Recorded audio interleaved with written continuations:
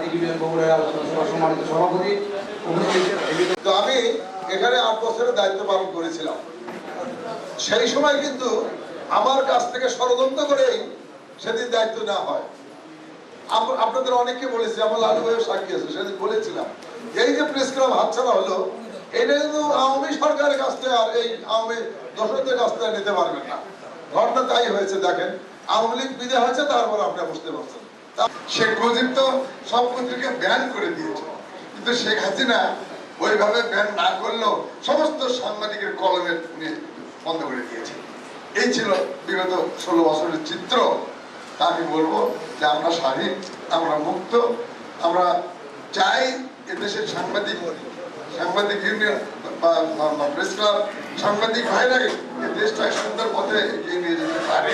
যারা জীবনের রক্ত দিয়ে দেশটাকে স্বাধীন করেছেন, আমরা যারা নিহত হয়েছে তাদের জন্য শাহাদাত কামনা করি আল্লাহর কাছে। যারা আহত আছেন তাদের দ্রুত আরোগ্য কামনা করি। আর এখানে যারা আছেন সকল ভাই আমরা দায়িত্বশীল। বগুড়াতেও যে আমরা সহযোগিতা আমরা শুরু করছি, তাদের বাসায় আমরা গিয়েছি এবং অব্যাহত আছে।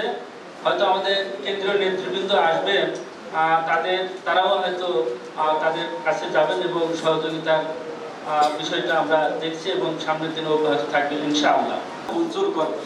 আমাদের পিতা মাতা আত্মীয় স্বজন যারা অন্ধকার কবরে আছে, আল্লাহ ওয়া নি'মান নাসির, আরহামনা মা'হুম বিরহমাতিকা ইয়া আরহামার রাহিমিন।